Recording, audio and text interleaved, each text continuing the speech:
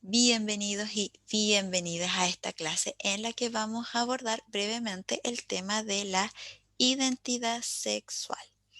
En esta clase vamos a abordar lo que es la identidad sexual, cómo es el proceso de adquisición de la identidad sexual y vamos a ver el concepto y los modelos teóricos que logran explicar o tratan de explicar el cómo finalmente se adquiere la identidad de género. Vamos a comenzar entonces con lo que es la identidad de género. Técnicamente, cuando nosotros hablamos de identidad, tiene que ver justamente con la conciencia del yo, es decir, de darme cuenta de quién soy, de dónde estoy y en el fondo de cómo es que yo me puedo mostrar hacia las demás personas. En el fondo, la identidad lo que tiene que ver es el cómo yo me describo, cómo yo me muestro al mundo, cómo yo en el fondo soy capaz de determinarme y de identificarme, describirme a través, obviamente, de mis propias características. Ahora, esta identidad se expresa en distintas categorías que obviamente hacen al ser humano. Por ejemplo, el soy corporal, soy mental, soy temporal, soy emocional afectivo, soy sexual, etcétera. No estamos hablando en tercera persona, sino que estoy hablando de mí mismo.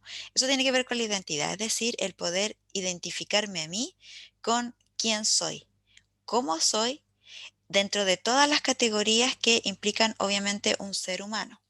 Ahora, evidentemente todos los seres humanos somos diferentes, cada ser humano tiene su propia forma de ser, su propia forma también de expresar sus características y también el cómo en el fondo estas mismas diferencias son las que evidentemente muchas veces hacen y complejizan la vida de las personas porque evidentemente vivimos en una sociedad en la cual particularmente se determinan a los seres humanos o se identifican a los seres humanos con aspectos rígidos y estructurales, como por ejemplo lo femenino y lo masculino. Ahora, según estudio estadístico, la mayoría de las personas tienen una fisiología sexual definida claramente, como ya sea hombre o como mujer. Y obviamente se saben reconocer, se sienten hombre o se sienten una mujer en correspondencia directa con la fisiología propia. Ahora, tradicionalmente, lo que tiene que ver con el planteamiento vendría siendo desde una identidad sexual. Somos sexuados y hay dos sexos biofisiológicos, el hombre y la mujer.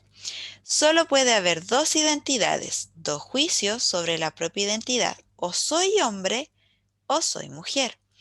La orientación del deseo siempre ha de ser heterosexual. Por lo tanto, si yo soy mujer, me debiese gustar un hombre y si soy un hombre, debiese tener deseo sexual por una mujer. Por lo tanto, en el fondo aquí vemos que no entra ninguna otra categorización, no entra ninguna otra forma diferente de ver. Estos son los aspectos tradicionales que se pasan en el fondo de generación en generación y que claramente cuando hay un aspecto que es diferente, em, y que se expresa de manera diferente, evidentemente, y en muchos casos pasa a haber una discriminación porque se sale de, entre comillas, lo normativo que implica esta dualidad de o ser hombre o ser mujer. Los roles sexuales son dos, masculino y femenino, y deben corresponderse con el sexo. En el sentido de socialmente, cuando nosotros hablamos, y lo vamos a ver también en las teorías, de lo que tiene que ver con lo masculino y lo femenino, dependiendo también de cada cultura, pero por lo general lo masculino siempre es visto como un aspecto mucho más positivo que el femenino. El masculino por lo general se representa a través de la fuerza, de la persona que tiene poder, de la persona que en el fondo es el padre de familia, por ejemplo, en el sentido de que lo masculino tiene que ver con las normas, las leyes, las reglas, es quien en el fondo pone a una familia, por ejemplo, pone las reglas que se deben seguir. Lo masculino está visto como fuerte, está visto como alguien que puede sobreponerse a cualquier situación, que es ágil, que es más inteligente, que es más hábil, etcétera. Por otro lado, desde los roles sexuales, visto desde culturas eh, entre comillas, tradicionales, ven lo femenino como frágil, como una persona que evidentemente necesita protección. Obviamente eso va a generar este sentirse víctima en el sentido de que se le muestra que lo femenino es débil, inestable, que puede ser muy sensible, que son personas que en el fondo lo femenino se ve más con lo superficial, con, con aspectos mucho más de cuidado, con no, como por ejemplo en el masculino que se puede ver como directivo, en el caso de la mujer no, se ve como un aspecto mucho más delicado, mucho más frágil, que quizás no es tan inteligente, que no puede llevar tantas tareas a la vez, que no va a ser capaz, por ejemplo, de manejar un grupo grande de personas, sino que en el fondo siempre se va a relegar lo femenino hacia lo débil, a diferencia de lo masculino que pasa a ser lo fuerte. Por lo tanto, en las sociedades lo masculino siempre pasa a ser mejor en términos sociales que obviamente un aspecto femenino. Cuando nosotros hablamos del proceso de adquisición de la identidad sexual, ya vamos a ir viendo lo que ocurre tradicionalmente o entre comillas normalmente, que ya antes de nacer, ya a este ser humano ya le espera todo un mundo organizado hasta el más mínimo detalle de forma sexista, en el sentido de que un mundo ya sea para hombres o un mundo para una mujer. El nombre asexuado. En el fondo, esta asignación es tan importante que no sabemos relacionarnos con un ser humano en formación sin saber qué es, como en el sentido de que si no sé qué es lo que está dentro del vientre materno, ¿cómo lo voy a tratar? ¿Le voy a hablar más fuerte? ¿Le voy a hablar más delicado? Porque si es niña va a ser más delicado, entre comillas. Por lo tanto, eso hace también este trato diferente, tanto verbal, táctil. ¿Por qué? Porque desgraciadamente el lenguaje sexista está lleno también de significados sexistas y formas de acariciar, por ejemplo, distintas, más suave a las niñas, más fuerte a los chicos. Por lo tanto, de cierta manera, eso también va a generar que yo no me pueda relacionar en el fondo con un ser humano que no sé qué va a ser, cómo lo tengo que tratar ya desde el vientre materno y ya cuando nace también. Es que va a ser un hombrecito, entonces tiene que acostumbrarse a los ruidos, tiene que acostumbrarse a lo más fuerte. Ahora, un mundo organizado en sexos que afecta obviamente a la figura corporal, a los adornos, a los vestidos, a los juguetes, a los juegos, a la actividad familiar y escolar, a las profesiones que se espera y se facilita, etcétera. ¿Por qué? Porque ya hay una expectativa de cómo tú te debes en el fondo mostrar hacia las personas, cuál es tu rol social femenino o masculino, y en base a eso es qué es lo que tú debes estudiar, cómo tú te debes comportar, cómo tú te tienes que vestir, cuáles son los juegos. De hecho, cuando un niño juega con una muñeca se le reprime. Se le reta, se le humilla, porque no vas a ser niñita. Y el término niñita pasa a ser como algo peyorativo en el fondo. Dentro de los estereotipos, existe un amplio acuerdo en considerar justamente a los estereotipos en general como lo que tiene que ver con el aspecto cognitivo del prejuicio. Los estereotipos, por ejemplo, influyen en lo que tiene que ver con el procesamiento de la información sobre los grupos sociales. ¿Por qué? Porque justamente en el fondo tienen que ver con el prejuicio del sentido de que previo a yo ya estoy generando un juicio dependiendo del grupo social en el cual la persona se encuentre. Cuando nosotros hablamos de estereotipos de género, esto nosotros lo tenemos que entender como este conjunto que es estructurado de creencias que son compartidas dentro de una cultura, como ya lo habíamos visto, o de algún grupo, acerca de los atributos o las características o las expectativas que obviamente debe poseer cada uno de los géneros. Ahora, estas creencias en el proceso de socialización y los procesos individuales van a favorecer justamente la aparición de comportamientos diferenciados entre una mujer y un hombre.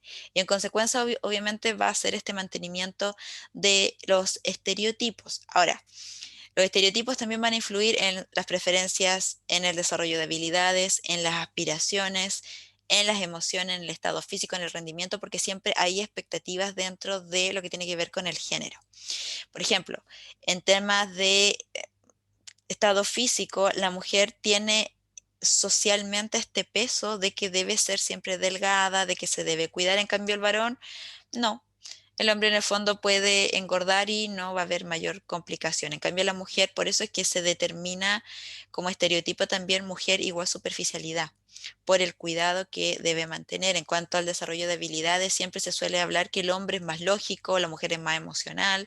Dentro de las aspiraciones, tú como mujer puedes ser muy inteligente, pero no vas a llegar al cargo más alto.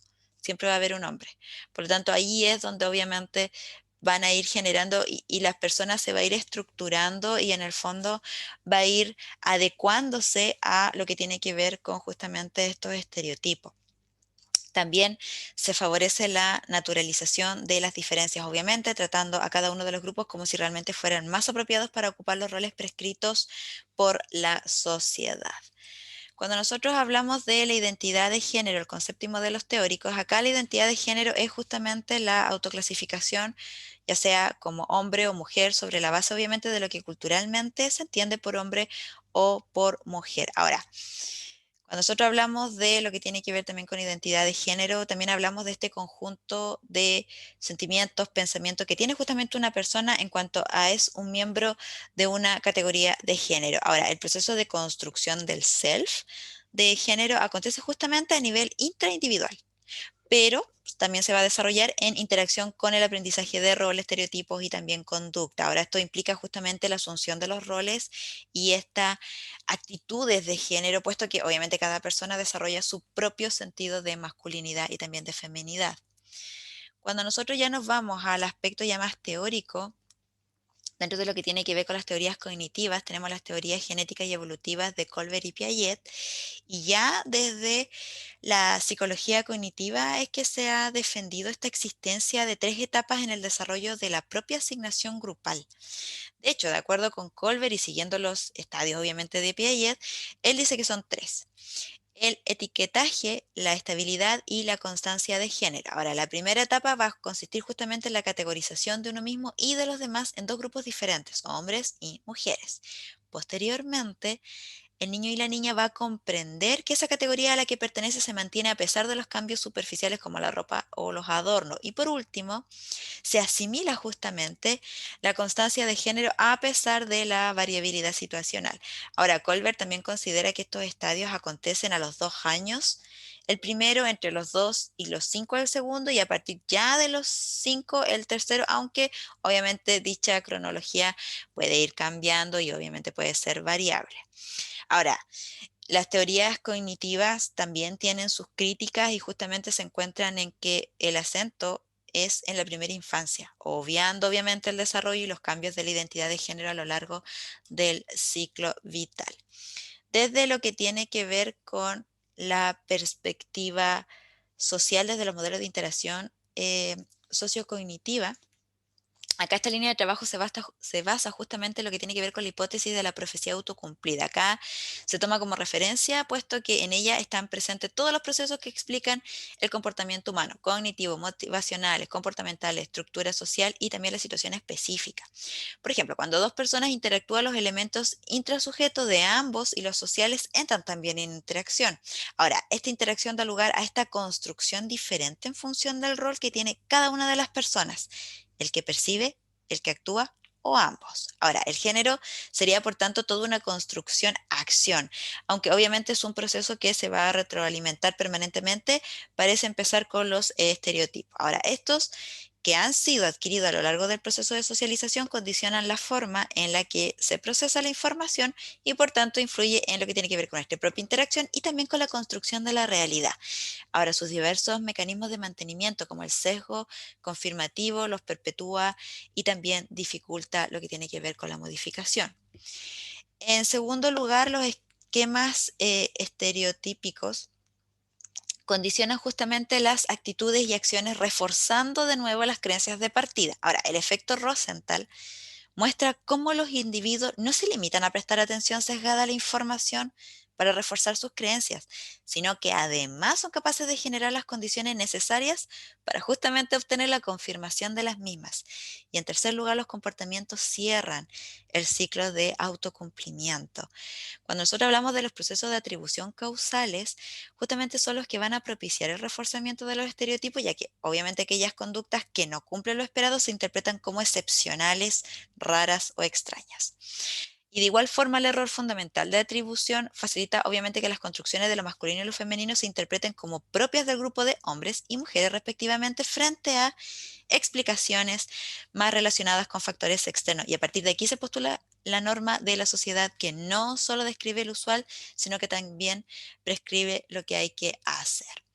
Dentro de lo que tiene que ver con los modelos sociales, las teorías de aprendizaje social, que de acuerdo con esta propuesta, justamente los procesos a través de los cuales se adquiere el género son los mismos por lo que se adquiere cualquier otra conducta, es decir, el aprendizaje. Ahora, estas teorías han analizado el aprendizaje de conducta a partir de los modelos de referencia y del refuerzo recibido. De hecho, hay tres que han sido los agentes socializadores principalmente estudiados: los cuentos, la televisión y las figuras progenitoras. Y acá es muy interesante porque obviamente en los cuentos el hombre siempre es el príncipe que salva a la princesa siempre es la que prácticamente no hace nada y está esperando a que la vayan a buscar, por lo tanto, o es la bruja malvada. Por lo tanto, siempre en el fondo están estos estereotipos. La televisión también influye mucho en cómo se supone que uno se debería comportar y las figuras progenitoras obviamente no quieren que su hijo o su hija sean entre comillas anormales, por lo tanto obviamente le integran lo que tiene que ver con aspectos de la propia identidad dentro de lo que tiene que ver con el género. Ahora, estas teorías no abordan obviamente lo que son los mecanismos intrapsíquicos que obviamente son responsables de la adquisición de las conductas, ni cómo obviamente estas influyen en el desarrollo del self. Dentro de las teorías de la identidad social de género, acá se incluye, por ejemplo, la teoría del rol, la teoría de la identidad social y de la autocategorización y la propuesta integradora de Dukes y Martin. Y todas ellas parten obviamente de la identificación grupal como el eje de la identidad personal y por tanto de género. Vamos a ver alguna de ellas. El rol social de género. Ahora, en esta teoría, para que una comunidad, por ejemplo, se organice, necesita categorizar o garantizar los recursos económicos y también los medios de subsistencia. Ahora, para hacer esto, elabora todo un sistema complejo de reglas que obviamente van asignando responsabilidades y roles. Ahora, esto también genera segmentación laboral, que obviamente se convierte en uno de los pilares básicos de la estructura social. Como nosotros tenemos que ir cumpliendo papeles sociales junto, obviamente, con nuestras propias expectativas, estos son los que van a formar los valores culturales y que obviamente influyen en el comportamiento de las personas. Ahora, las expectativas generan obviamente el esquema autocumplido, reforzándolo porque obviamente nosotros tenemos la expectativa de lo que tenemos que hacer y cómo en el fondo nos debemos comportar. Y finalmente, la teoría de la identidad social. Acá la identidad se define como aquellos aspectos de la propia imagen del individuo que se derivan de las categorías sociales a las que percibe pertenecer. Ahora, la construcción de la identidad social de género supone justamente este proceso de autoestereotipaje, por el que obviamente las actitudes, normas y conductas comunes al grupo de pertenencia pasan a formar parte de la identidad personal. Ahora, el primer proceso del que se parte es justamente la categorización. Cuando nosotros hablamos de categorización y las categorías sociales, además de facilitar lo que es el procesamiento de la información, también llevan asociadas toda una valoración positiva o negativa y es esta valoración la responsable del nacimiento de la identidad social del sujeto. Y justamente mediante el paradigma del grupo mínimo, haya que obviamente la mera y simple conciencia de pertenecer a un grupo conduce al favoritismo intragrupal y la discriminación intergrupal.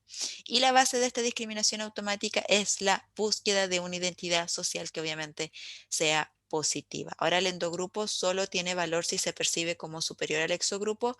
Mediante la discriminación se facilita la diferencia categórica y así se consigue esta anhelada identidad social positiva.